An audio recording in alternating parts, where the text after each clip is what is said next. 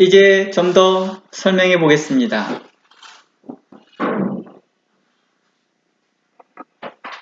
예수님께서 저희의 악함을 보시고 라고 말을 했습니다. 이제는 우리가 어떠한 신앙의 균형을 잡고 살아야 될 것인지에 대해서 설명해 보고자 합니다. 마태복음 22장 18절 말씀에 예수께서 저희의 악함을 아시고 가라사대 외식하는 자들아 어찌하여 나를 시험하느냐 합니다. 예수님께서 저희 악함을 알았다는 것은 그들의 말에 어떻게 했다는 것입니다. 그 말의 초점이 외식되었음을 말하고 있습니다. 그래서 마가복음에서는요, 마가복음에서 이 똑같은 본문을 그의 외식함을 아시고 라고 표현합니다. 그러니까 예수님께서 저희 악함을 아시고라는 말을 마가복음에서는 저희 외식함을 아시고, 누가복음에서는 그들의 관계를 아시고라고 말씀하셨습니다. 즉 악함과 외식함과 관계를 동일선에 놓고 살펴보면 정말 그들이 신학적 논쟁으로 근본적인 믿음의 문제를 고민한 것이 아니라 믿음의 문제를 포장한 집단적 이기심에서 오는 자신들의 주장이고 억지였음을 우리는 알 수 있습니다. 그리고 자신들의 자리와 집단을 유지하기 위한 매우 세속적인 정치적인 관계였다는 것입니다. 이는 세상 사람들도 지탄하는 것이죠. 자신들의 집단을 유지하기 위해 수단과 방법을 가리지 않고 덕과 함정을 만드는 것은 민주주의 정치도 아니라는 것입니다. 세상 사람들도 이러한 정치를 추구하지도 않습니다. 도리어 세상 사람들도 이러한 일들을 경멸히 여기는 것이라는 것입니다. 그런데 종교 지도자라는 사람들이 이러한 일들을 행하고 있더라는 것입니다. 자신들의 교단들만, 우리들의 교단들만 보더라도요, 우리 쉽게 알 수 있습니다. 돈과 권력만 있으면 교회법은 물론 교단법도 우습게 여깁니다.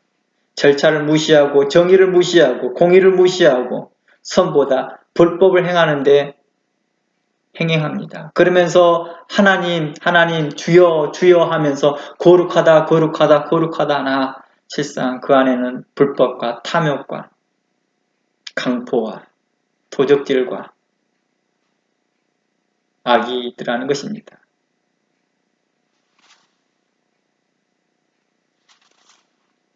하나님께 속하지 않는 것이 무엇이 있겠습니까마는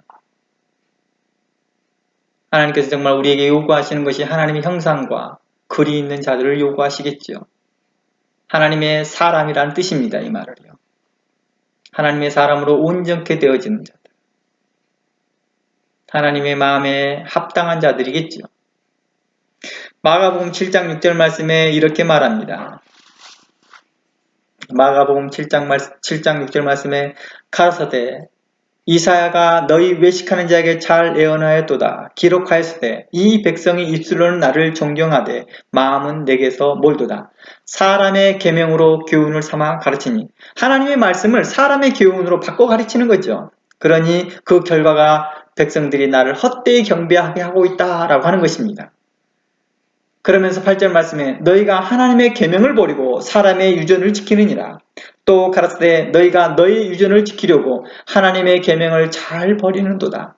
모세는 내 부모를 공경하라 하고 내 아비나 어미를 해방하는 자는 반드시 죽이라 하였거늘 너희는 가로되 사람이 아비에게나 어미에게나 말하기를 내가 드려 유익할 것이 고르반 곧 하나님께 드림이 되었다기다 하면 그만이라 하고 제 아비나 어미에게 아무것이라도 하여 드리기를 허하지 아니하여 너희의 전한 유전으로 하나님의 말씀을 폐하며 이 같은 일을 많이 행했다라고 말합니다.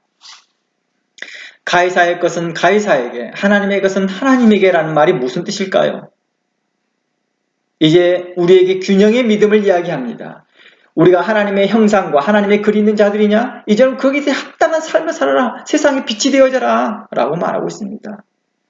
거만하고 교만하고 나 하나님의 사람이야 하고 있으면서 그들한테 뻣뻣한 자세 있지 말고 하나님 앞에서 합당한 태도를 취하라고 말합니다.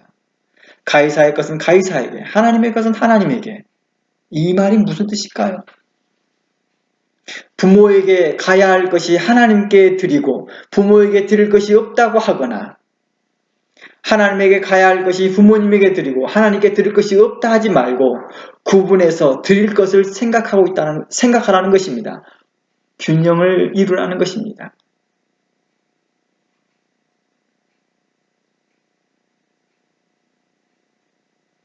예수님께서도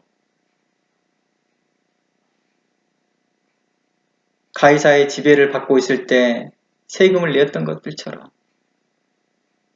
말입니다. 그들이 오해하지 않도록 우리가 세금을 내는 것이 합당하도다. 우리는 하나님의 백성으로서 하나님의 심의권을 가진 자로서 당연히 안 내도 되지요. 그러나 심지어 하나님이신 분이 직접 그걸 우리에게 본을 보이셨다는 것입니다. 그들로 오해치 않도록 우리가 내는 것이 합당하도다. 마태복음 23장 23절 말씀에 이렇게 말하고 있습니다. 화 있을진저 외식하는 서기관들과 바리새인들이여 너희가 박하와 회양과 근처에 11조를 들이되 율법에 더 중한 바 의와 인과 신은 버렸도다. 그러나 이것도 행하고 저것도 버리지 말아야 할 것이니라. 이렇게 구분하지 않고 이렇게 이것도 행하고 저것도 행하라 하였습니다. 가이사에게 세금을 낼 것은 가이사에게 내라고 말하는 것입니다. 하나님께 드릴 것은 하나님께 정직하게 드리라는 것입니다. 너의 삶을 통해서요. 그래서 사도 바울은 이렇게 말합니다. 로마서 13장 1절 말씀에 각 사람은 위에 있는 권세들에게 굴복하라. 권세는 하나님께로 나짐이 없으니 모든 권세는 다 하나님의 정하신 바라.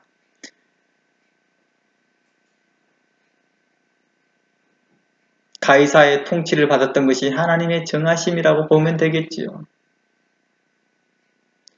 왜 백성들이 바벨론에 끌려갔어요? 바벨론의 잘못일까요? 아니면 유다의 잘못이었을까요? 에레미야의 말씀을 근거해 보면 유다의 잘못입니다. 그런데 왜 바벨론을 탓하죠? 가이사를 통하여서 그들이 통치받았던 것이 말라기를 통해서 보면 그들의 잘못이거든요. 그런데 왜 로마를 탓하고 있죠?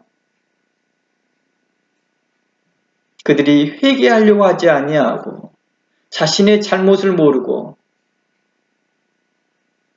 도리어 하나님 앞에 합당하지 않은 삶을 살아가고 있는 그들을 회개치 아니하고 엉뚱한 외형적인 모습만 바꾸려고 하는 그들에 대하여서 외식되어졌다라고 말했던 것입니다. 그러므로 2절 말씀에 그러므로 권세를 거스리는 자는 하나님의 명을 거스리니 거스린 자들을 심판을 할 것이다 라고 말합니다. 세리에 대해서 매국노라 하였고 세리에 대해서 비판하였고 세리에서 그들은 계취급하였던 그들이 예수님께서는 그들에 대해서 책망합니다. 어느 날 세리의 집에 왔을 때 식사하면서 바리새인들에게 그렇게 말합니다. 너는 나에게 발 씻을 물도 갖다 주지 않고 있다.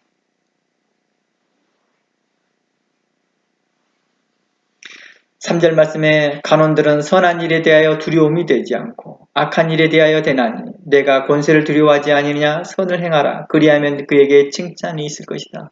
우리가 선을 행하래요. 그 선이 무엇일까요? 삭개오가 왜 뽕나무에 올라갔습니까? 사람들이 매국노라 하였고 그들을 부정하다 생각하였고 그를 꺼려야 했기 때문에 가까이 가지 못하고 있습니다. 우리도 혹시 그러고 있지 않습니까?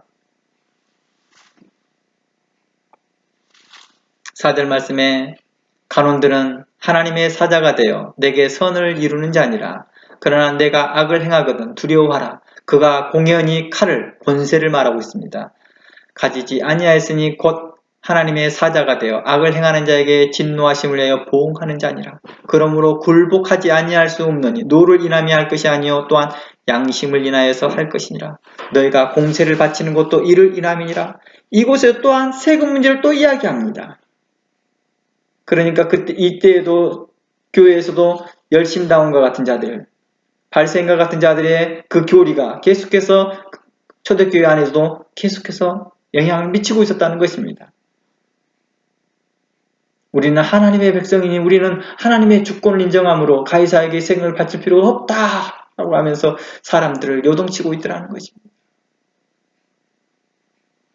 그러나 공세를 바치는 것도 이를 인함이라. 저희가 하나님의 일꾼이 되어 이 일을 항상 힘쓰니라. 모든 자에게 줄 것을 주되 공세받을 자에게 공세를 바치고 국세받을 자에게 국세를 바치고 두려워할 자를 두려워하여 존경할 자를 존경하라 라는 것입니다. 로마서 13장 7절 말씀은 예수님의 말씀, 곧 가이사의 것은 가이사에게 하나님의 것은 하나님에게 라는 말씀과 일치하는 말씀입니다.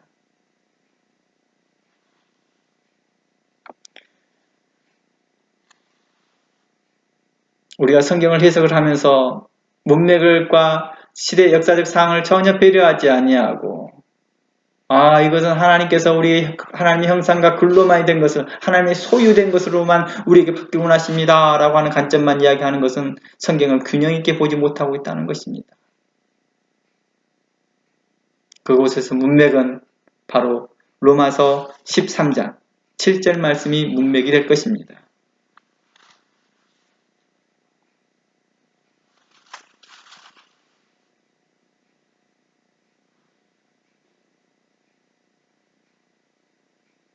사도 바울은 본절을 통해서 그들에게 현재의 질서는 하나님께 의한 것이니 따라서 모든 사람 일 질서 안에서 머물러 있어야 될 것을 성경은 이야기하고 있는 것입니다. 두려워할 자를 두려워하며 존경할 자를 존경하라고 말합니다.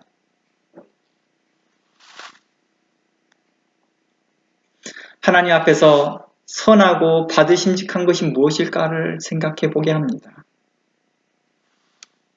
그러므로 디모데전서 2장 말씀에 이렇게 말합니다.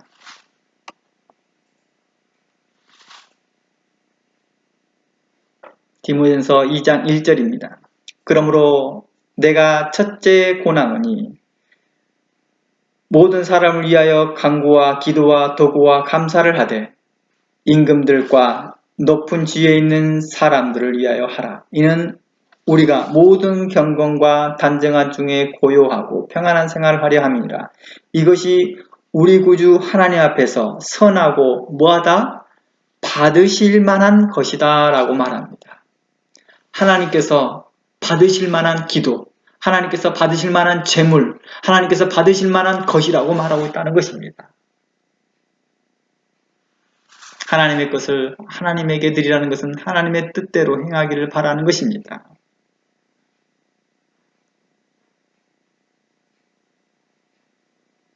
사도 바울이 디모데에게 이 편지를 쓸 때 당시에 로마의 통치가 있었다는 것을 감안한다면 사도 바울이 우리에게 전달하고자 하는 말이 무엇인지를 분명히 알았으면 좋겠다는 것입니다.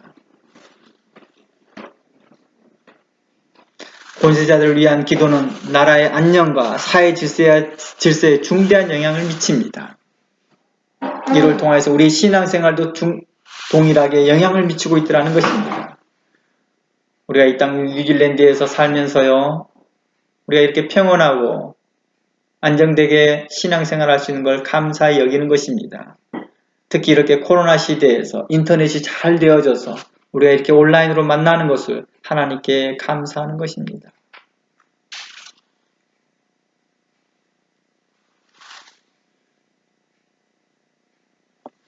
칼빈은 이 본문에서 뭐라고 말하느냐 하면 우리가 아무리 합당치 못한 통치자를 한다 할지라도 그들을 위해서 기도해야만 한다라고 칼빈은 우리에게 가르치고 있습니다. 이것은 사도 바울의 가르침을 따라하는 것이겠고 사도 바울은 예수 그리스도의 말씀을 쫓아 행하는 것입니다.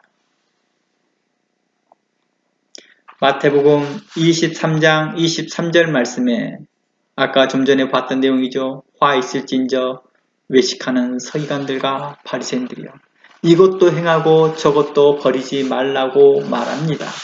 균형을 이루어야 되겠죠. 지나치게 가해사의 것을 지나치게 악의 축으로 바라보면서 지나친 해석을 가하지 말고 우리가 하나님 앞에 좀 선했으면 좋겠다는 것입니다. 그러면서 우리는 이렇게 말합니다.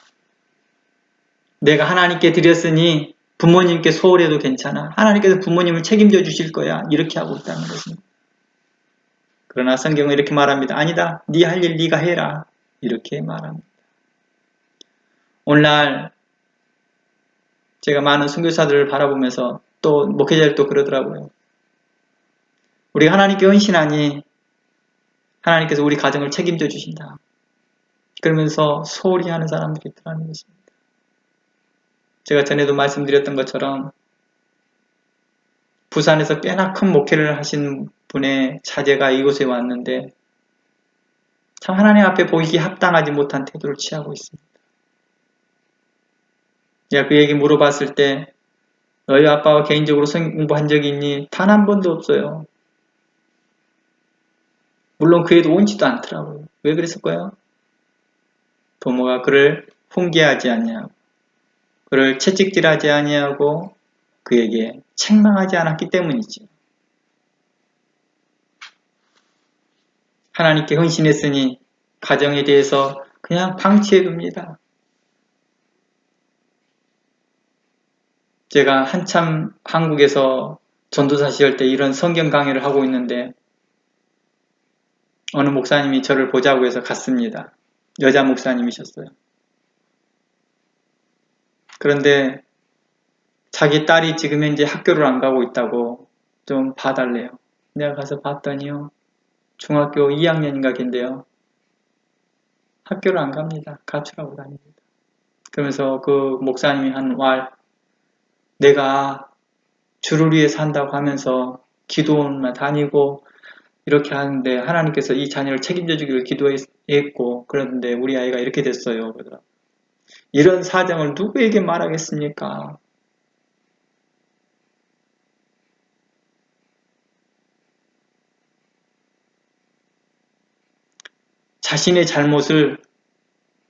자신의 잘못을 다른 데로 돌리고 있습니다.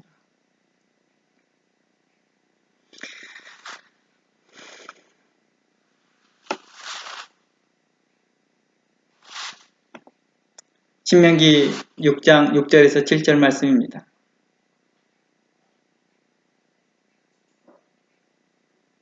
우리가 라오코스 첫 1강을 하면서 다뤘던 내용입니다.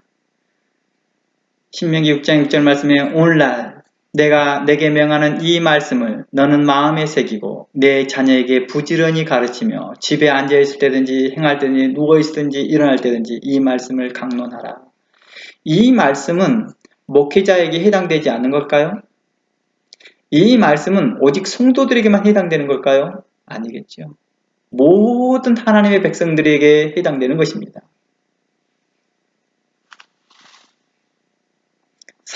신명기 4장 9절 말씀에는 오직 너는 스스로 삼가하며 내 마음을 힘써 지키라. 그리하여 내가 눈으로 본 그 일을 잊어버리지 말라. 내가 이 생존하는 날 동안에 이 일을 내 마음에 떠나지 않도록 조심하라. 너는 이 일을 내 아들과 내 손자들에게 알게 하라 라고 말합니다. 그리하여 10절 말씀의 제일 하반절에 나를 경외함을 배우게 하여 그 자녀들에게 가르치라 라고 말합니다. 누구를 경외하는 걸 가르치라고요? 하나님을 경외하는 법을 가르치래요. 자녀들에게 가르치라고 말합니다. 제가 이곳에 있으면서도 목회자 자녀를 몇 번 상담한 적이 있었습니다. 물론 그 목사님이 요청해서 그 자녀들을 상담을 했고요.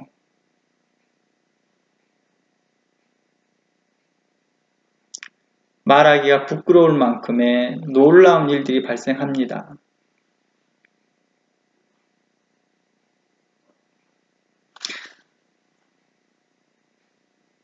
그동안 목회자와 자녀가 제대로 된 소통이 되어지지 않는 상태에서 갑작스레 또 성경 공부하자고 하면 애들이 할까요? 안 하죠, 당연히. 어느 선교사님은 저에게 영향을 받아서 그렇게 자녀들을 하다가 크게 문제가 생긴 경우가 있었죠.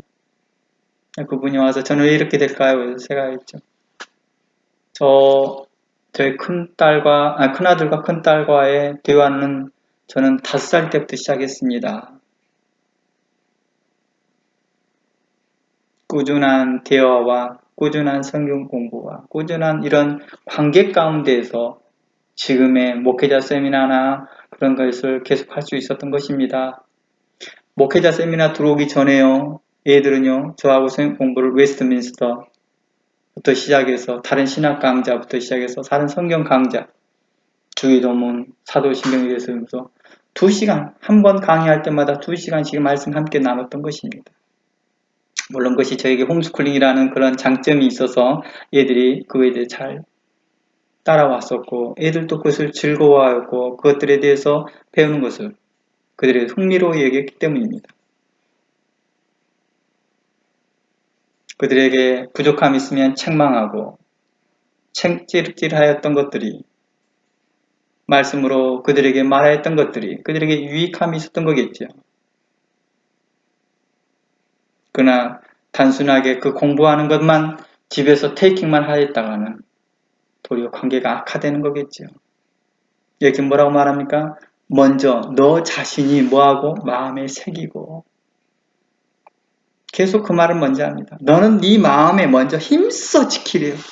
그리고 난 후에 내 자녀들을 부지런히 가르치라고 말합니다. 신명기 11장 19절 말씀에 이렇게 말합니다.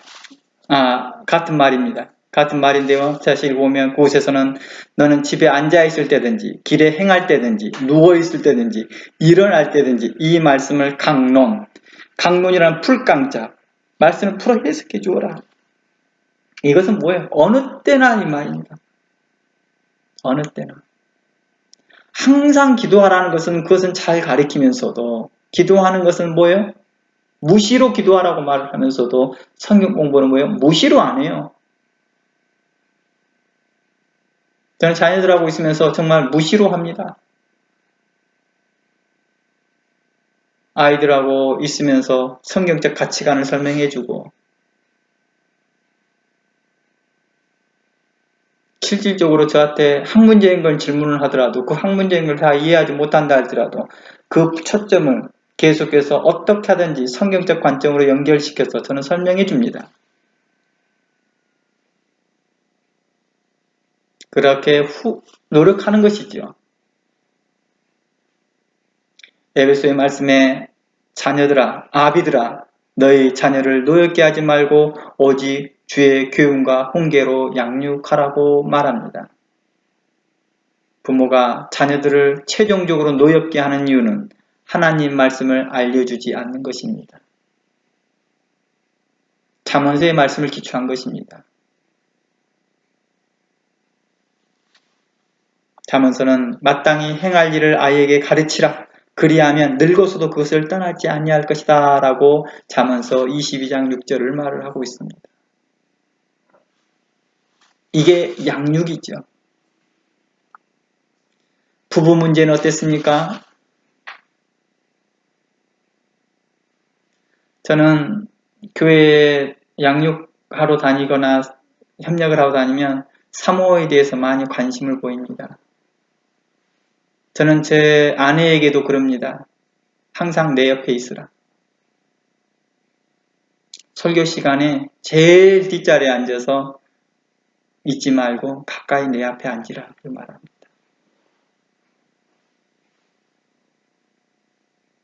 제가 어느 때는 교인들이 많을 때는 이렇게 말합니다.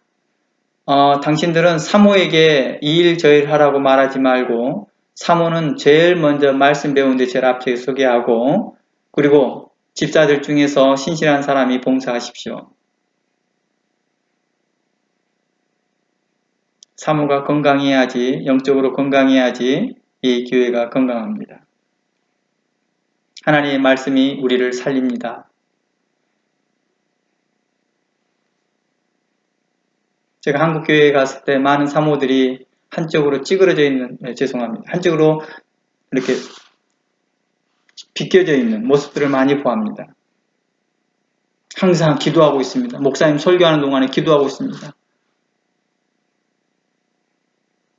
목사님 설교가 혹시 실수하지 않을까 조마조마조마 하면서 기도합니다. 목회자의 삶이 얼마나 합당하지 않을까 싶습니다.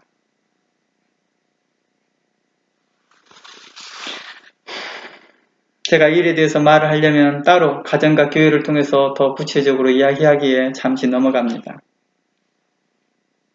에베소 5장 말씀에 이렇게 말합니다. 25절 말씀에 남편들아 아내 사랑하기를 그리스도께서 교회를 사랑하고 자기를 주신 같이 하라. 이 남편들아는 성도들만 이야기합니까? 목회자는 포함되지 않을까요? 목회자가 그 본을 보여야겠지요. 28절 이와 같이 남편들도 자기 아내 사랑하기를 제 몸과 같이 할지니라. 자기 아내 사랑하는 것이 자기를 사랑하는 것이니라. 그러나 너희도 각각 자기 33절 말씀에 각각 자기 아내 사랑하기를 자기같이 하고 아내도 그 남편을 경외하라. 목회자와 사모의 관계가 이래야 되겠죠.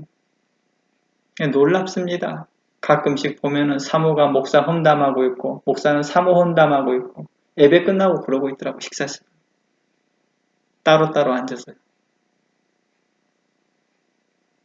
그 이야기를 듣고 있는 권사님이나 집사님들은 맞다고 맞장구 치고 있고 참 놀랍습니다. 제가 없는 이야기 하는 것이 아니라 제가 교회를 협력하면서 봤던 이야기입니다. 베드로전서 3장 7절 말씀 베드로전서 3장 7절 말씀에 남편들아 이와 같이 지식을 따라 너희 아내를 동거하고 그를 더 연약한 그릇이요 생명의 은혜를 함께 이어받을 자로 알아 귀히 여기라. 이는 너희 기도가 막히지 않게 하게 함이니라. 또는 그 아내를 더 연약한 그릇같이 여겨 지식을 따라 동거하라고 말합니다. 실상 우리 목회자들은요. 한 번 설교를 하기 위해서 모르겠어요. 저 같은 경우에는 그런 것 같아요. 20분 설교를 하더라도 최소한 3시간, 4시간 성경을 찾아보잖아요. 그런데 사모는 3시간, 4시간 성경을 연구할 시간이 없고 20분 설교도 제대로 못 듣습니다. 그러니 목회자가 사모를 더 챙겨야죠. 더 말씀 듣는 공간에 두게 하고 어떻게 하든지 함께 말씀을 들을 수 있도록 도와야 될 거 아니겠어요? 근데 막 교회 막 주방 일부터 시작해서 막 잡다한 일을 하는데 막 사모가 이리 뛰고 저리 뛰고 하는데도 목사는 케어하지 않습니다. 어떻게 하든지 성도만이 그냥 교회에 앉아 있으면 되는 거예요.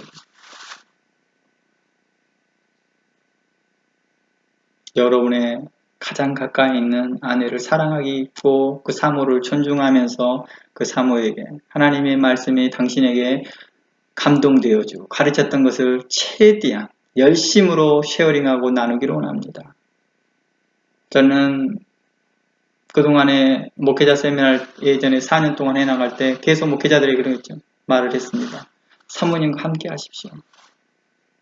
사모님과 함께 오십시오.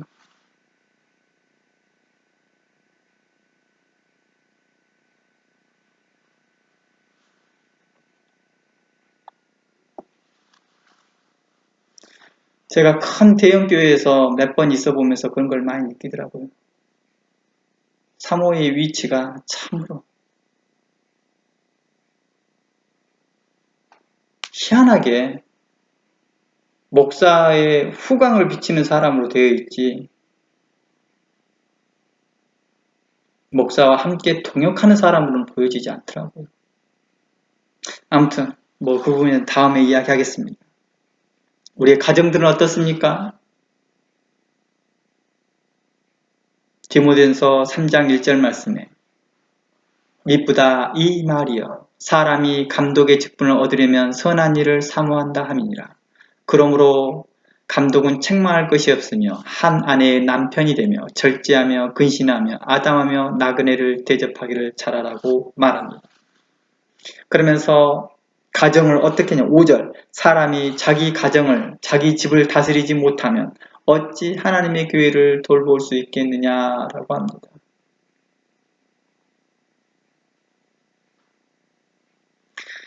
목사님이 사명감이 넘치고 투철하고 사모님이 못 따라올 수도 있어요. 그럼 어떻게 해야 될까요? 다른 성도를 양육하기 전에 자신의 사모를 먼저 양육해야 되는 거 아닐까요? 그 일에 최선을 다해 달려가야 될 거 아닐까요? 자신의 자녀들이 제대로 양육받지 못하여서 믿음에 대해 방황하고 있다 한다면 다른 성도들을 양육하기 먼저 자기 자녀들에게 대하여서 먼저 양육하고 말씀을 가르쳐서 의로 교훈해야 되는 거 아닐까요? 그런데 우리는 이렇게 합니다. 우리가 하나님께 드림이 되었으니 부모님께 안 드려도 된다 하는 그 원리를 그대로 적용하고 있더라는 것입니다. 가이사의 것은 가이사에게 드리라는 거예요. 공세 받을 자에게 드리라는 거예요. 그들이 우리를 평안하게 뭐하게 하는 신앙생활 해주게 하니까 하나님께 그 주권을 하나님께 허락하셨다. 그런데 우리는 꼭 이분법적인 나눠서 우리는 생각하려고 하더라는 것입니다. 가정은 사회 집단의 최소 단위이며 이 최소 단위를 잘 다스릴 수 없는 자는 결과적으로 하나님의 교회를 잘 돌볼 수 없다라고 하는 관점이겠죠. 그러므로 하나님의 선하시고 기뻐하시고 온전한 뜻이 무엇인지 우리는 분별해야 될 것입니다. 우리의 신앙생활의 균형, 우리의 목회의 균형, 우리는 생각해 봐야 될 것입니다. 자신의 사명감만 투철해서 그 비전을 따라 하는 것이 아니라 하나님의 뜻이 무엇인지를 살펴보는 것입니다. 그때 우리는 내가 생각지도 못한 균형된 삶을 살아갑니다. 건강한 성경적 가치관을 가지고 살아가더라는 것입니다. 건강한 마음과 건강한 믿음을 가지고 우리는 살아가더라는 것입니다.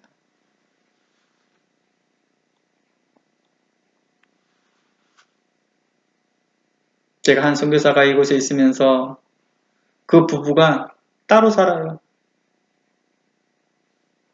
남자분은 선교지, 아내분은 따로 있습니다. 그런 목회자들도 꽤 있더라고요. 그래서 주를 위해서 일을 한대요. 그러지 말라고 말합니다.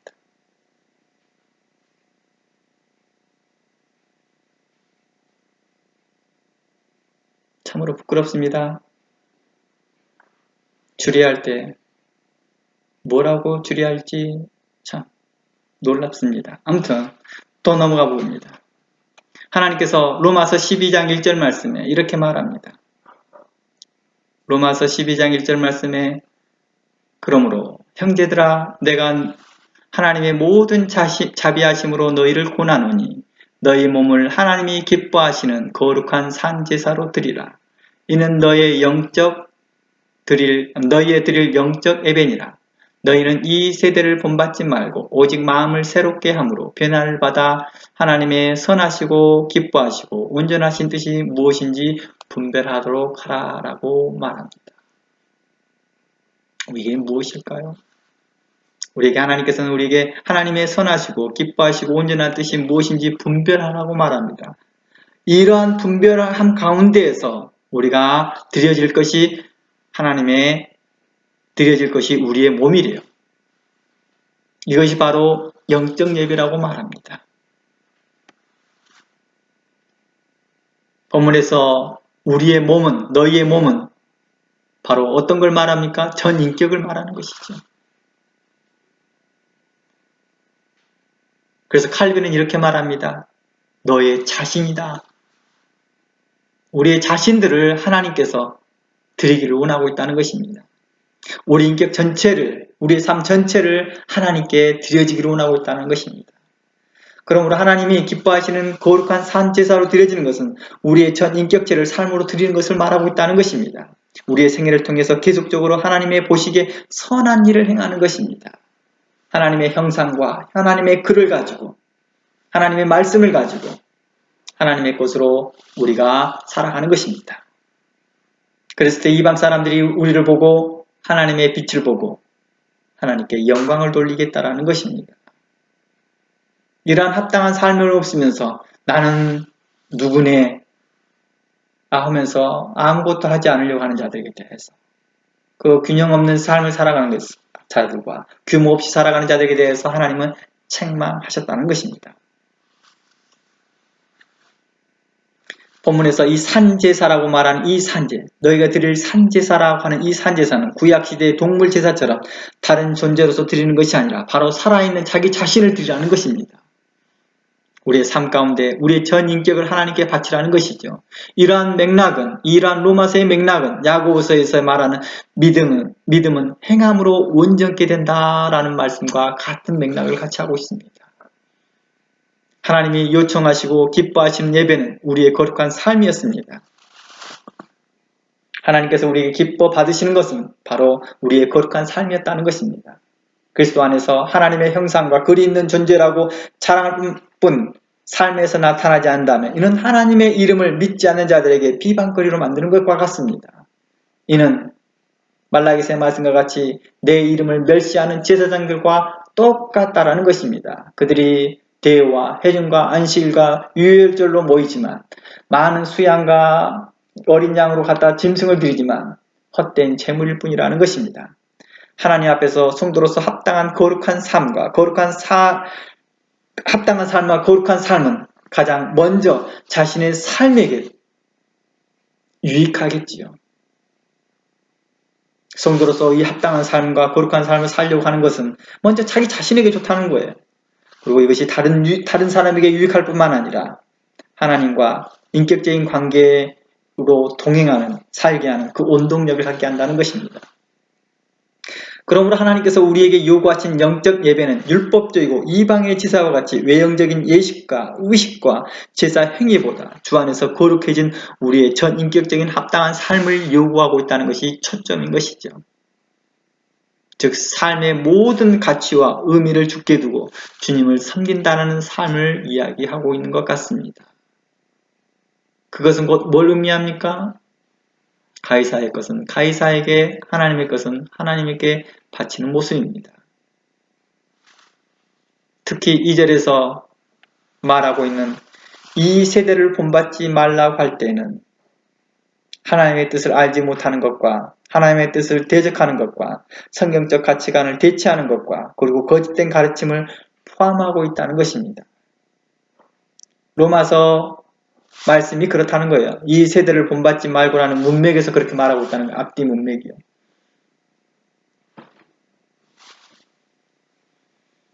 이는 에베소서에서 이는 세상 풍속을 좇지 말라라는 것 같습니다. 여기서 말하는 이 세상 풍속은요, 바로 이 에베소 교회에 뭘 이야기하고 있었습니까? 거짓된 가르침이었던 거지요. 거짓된 가르침. 이제 자신들이 구원받았으니까 이제 막 살아도 돼. 이런 걸로 이야기하고 있는 거예요. 너희들은 이미 예정됐거든. 이렇게 하고 있는 거예요. 이것에 대해서 에베소는 그걸 질타합니다. 너 한번 생각해봐라. 네가 이방인이 있을 때를 한번 생각해봐라.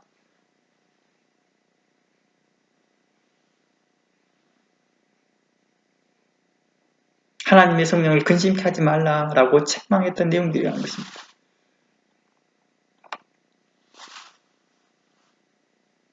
하나님께서 우리에게 요구하는 삶이 무엇입니까? 하나님께서 우리에게 요구해 주신 것은 그 균형 잡힌 신앙생활이었던 것입니다. 우리의 관계 가운데서도, 우리의 가정 안에서도, 여러분들과 함께는 동역하고 있는 사랑하는 아내와 자녀들과의 관계의 문제들도 성경은 이야기하고 있다는 것입니다. 그러한 또한 여러분들을 낳아주셨던 부모님과의 관계도 이야기를 하고 있다는 것입니다. 이러한 모든 것들이 하나님의 받으실 만한 것이라는 것입니다. 제가 이 주제가 가인과 아벨의 제사에 대해서 나눠지는 내용 중에서 원래는 라하코스에 포함되어 있던 것인데요. 원래 이 주제에 들어와 있던 것을 제가 빼내서 가인과 아벨의 제사를 따로 분리해서 12강으로 만들어서 나아진 내용으로 일부분을 지금 현재 여러분들과 함께 나누고 있습니다. 참으로 우리가 하나님 앞에 무엇을 드려야 될 건가요? 우리의 편견과 우리가 가지고 있는 그 편협적인 생각으로 성경을 바라보면서 우리가 어떤 존재니라는 것만 발견할 뿐 그 존재로서 합당한 삶을 살지 않으려고 하는 우리의 태도에 대해서 우리 스스로가 바라봤으면 좋겠습니다. 우리는 성경은 이렇게 말합니다. 너희는 하나님의 자녀야 라고 말합니다. 이제 그러면 그 하나님의 자녀로서 합당한 삶을 살라라고 말하는 것이 성경에 전반적으로 계속 이야기하고 있습니다. 그러면서 그 문맥에 따라서 어느 때는 너희는 이러이러한 사람이야. 너희는 저러저러한 사람이야. 너희는 이런 사람이야 하면서 우리를 존귀한 자로서 계속해서 칭찬하고 격려하고 위로하면서 우리의 부족한 그런 삶에서 잊지 말라라고 말합니다. 물론 여기에 참석하고 있는 목사님들과 참석한 성도님들은 하나님 앞에 합당하게 살 거라든 생각합니다. 의롭게 살고 있을 거라 믿습니다. 여러분의 가정과 여러분의 사역지와 여러분의 자녀들에게도 잘하고 있을 것이라 저는 생각합니다. 혹 이 내용을 유튜브를 통해서 듣고 있는 사람들이 행여라도 자기의 삶을 돌아볼 수 있는 기회가 가졌으면 좋겠습니다.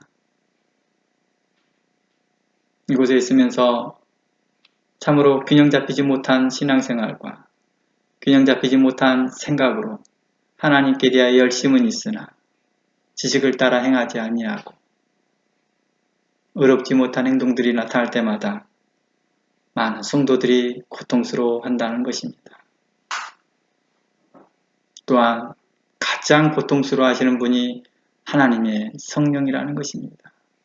그 성령은 우리를 향해서 근심하면서 우리의 사역에 대해서 우리의 사역에 대해서 합당하게 행하기를 또 하나님의 말씀을 배우고 확신한 일에 거하기를 바라시는 것 같습니다.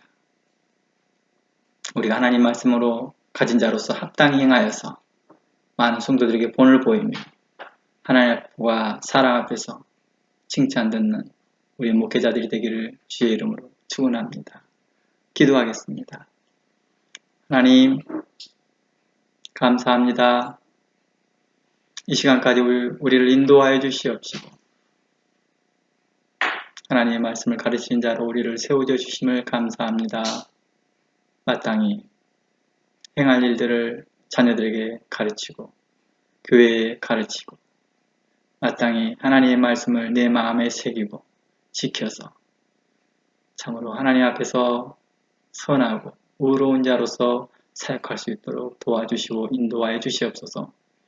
지금까지 우리를 새 언약의 일꾼으로서 세워주시고 하나님의 형상과 하나님의 글을 우리 마음판에 새겨주시옵시고 우리로 너는 내 것이라 내가 지명하여 세웠다라고 하시면서 우리에게 귀한 사역을 맡겨주심을 감사합니다.